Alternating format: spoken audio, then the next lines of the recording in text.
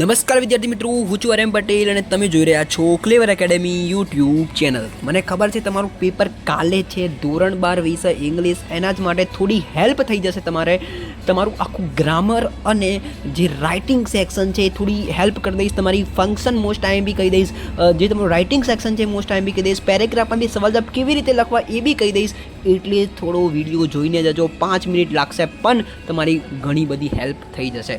Okay, તો વિદ્યાર્થી મિત્રો છેલ્લે આટલું કરતા જજો. સેકન્ડ એક્ઝામ 2026ની અંદર આ વિડીયો તમને ઘણું બધું હેલ્પ કરીને જશે.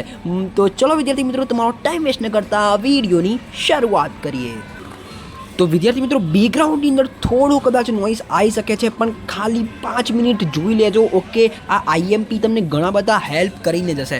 તો અહીંયા આપણે મોસ્ટ આઈએમપી ફંક્શનની આપણે વાત કરી દઈએ. તો ફંક્શનની અંદર એક તો કન્ડિશન જોઈને જજો, contrast, habitual past, expressing result, expressing reason બરાબર, રીઝન, રિક્વેસ્ટ, સજેશન અને પર્પસ. બસ આટલા ફંક્શન જોઈને જજો. ફંક્શનની અંદર ખાલી કીવર્ડ્સ જ જોવાના હોય. ઓકે, જેમ કે અહીંયા આપણે એક ફંક્શન લઈ લઈએ હેબિચ્યુઅલ પાસ્ટ. તો હેબિચ્યુઅલ પાસ્ટનું કીવર્ડ્સ હોય યુઝડ ટુ. શું હોય? Used to. એટલે સેન્ટેન્સની અંદર યુઝડ ટુ હોય ને તો તમારે એ લખવાનું. સમજી ગયા? સેન્ટેન્સની અંદર યુઝડ ટુ હોય એટલે એનો જવાબ શું આવે? Habitual past. સમજી ગયા? તો વિદ્યાર્થી મિત્રો, તમારે અહીંયા આટલા ફંક્શન તૈયાર કરવાના રહેશે. અહીંયા તમે જોઈ લો. ઓકે, મેં તમને એક્ઝામ્પલ આપી દીધું. ઓકે, હવે આમાંથી મોસ્ટ આઈએમપી ફંક્શનની વાત કરું તો હેબિચ્યુઅલ ફાસ્ટ એકદમ વેરી મોસ્ટ આઈએમપી છે, કોન્ટ્રાસ્ટ છે, એક રીઝન છે ને રિઝલ્ટ છે. આ 4 ફંક્શન વેરી મોસ્ટ આઈએમપી થઈ જશે તમારા. બરાબર. તો હવે વાત કરી લઈએ અહીંયા શોર્ટ નોટ્સની. તો શોર્ટ નોટની અંદર એક તો લવવાળી શોર્ટ નોટ્સ. ઓકે, પછી journey of Walt Disney success, the title adjustment અને એન્ટવાળી. બરાબર, જે કીડીવાળી જે શોર્ટ નોટ છે ને એક હેલન કિલર.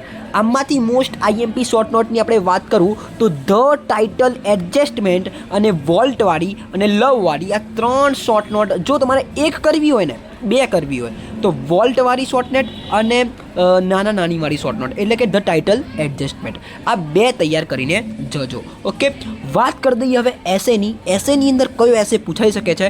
તો એની અંદર આપણે વાત કરી દઈએ તો સુપરજીશન very most IMP, my grand parents, my favourite cartoon series. પછી આપણે વાત કરી દઈએ trees our best friend, books our best friend. Okay, આટલા વેરી આઈએમપી થઈ જશે. તો આમાંથી સુપરજીશન તૈયાર કરીને જજો, માય ગ્રેન્ડ પેરેન્ટ તૈયાર કરીને જજો, my favourite cartoon series. My favourite cartoon series સુપરજીશનના વેરી મોસ્ટ આઈએમપી થઈ જશે. અને અડધી વખત બુક્સવાળો બી નિબંધ પૂછાતો હોય છે. સ્પીચની આપણે વાત કરી દઈએ તો international yoga day, benefits of positive attitude, love is more than powerful than grudge, એટલે કે નફરત કરતાં જે લવ જે છે મોર પાવરફુલ છે એવું કહેવા માગે છે. એ સ્પીચ પૂછાઈ શકે છે. એન્વાયરમેન્ટ ડે પૂછાઈ શકે છે. વોટરને સેવ એટલે કે પાણી બચાવવાની સ્પીચ પૂછાઈ શકે છે. બરાબર. તો આટલી સ્પીચ તૈયાર કરીને લેજો તો તમને તકલીફ નહીં પડે. અને જો એની અથવાની એપ્લિકેશન તૈયાર કરવી હોય તો એકદમ બેટર રહેશે. એનું ખાલી ફોર્મેટ તૈયાર કરવાનું છે. બરાબર. એમાંથી કઈ પૂછાય? ટીચરની, science, commerce, arts, manager, post of librarian અને પોસ્ટ ઓફ પ્રિન્સિપલ. આનું ખાલી ફોર્મેટ તૈયાર કરવાનું હોય છે. ફોર્મેટ તૈયાર કરી લીધું એટલે તમને આવડી જશે. ઓકે, અને ડિગ્રીની અંદર થોડું ધ્યાન રાખવું પડે, કયાની અંદર કઈ ડિગ્રી આવે. બરાબર. જેમ કે ટીચરની અંદર કેટલું ભણેલા હોય. બરાબર, એ ડિગ્રી ખાલી તમારે ધ્યાન રાખવી પડશે. વાત કરી દઈએ ઈમેલ. ઈમેલની અંદર શું પૂછાય?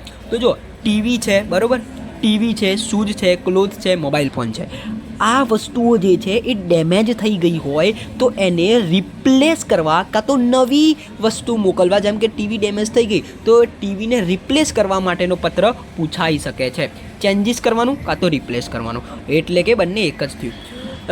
હવે અમૂલ ડેરી વિઝિટ, એટલે કે મેં ખાલી એક સ્થળનું અહીંયા નામ રખેલું છે. તમારે જેમ કે અમૂલ ડેરીની વિઝિટ કરવી છે તો તમારા પેરેન્ટ્સ જોડે પરવાનગી લેવી છે, એક્સેસ લેવી છે, તો એનો એક પત્ર આવી શકે છે. પછી ટ્રાફિક રૂલ્સ, સિટીની અંદર ટ્રાફિક રૂલ્સ કેવા હોય એનો એક પત્ર હોય. બરાબર, બહુ બધા ટ્રાફિક થઈ જાય છે. આ વેરી મોસ્ટ આઈએમપી છે. ઇન્વાઇટ બર્થડે પાર્ટીમાં ઇન્વાઇટ કરવાવાળો પત્ર, મેરેજની અંદર ઇન્વાઇટ કરવાવાળો પત્ર, એ તમને પૂછાઈ શકે છે. તો આ પત્ર જોઈ લેજો, મોસ્ટ આઈએમપી રહી જશે. સ્ક્રીનશોટ પાડી લેજો.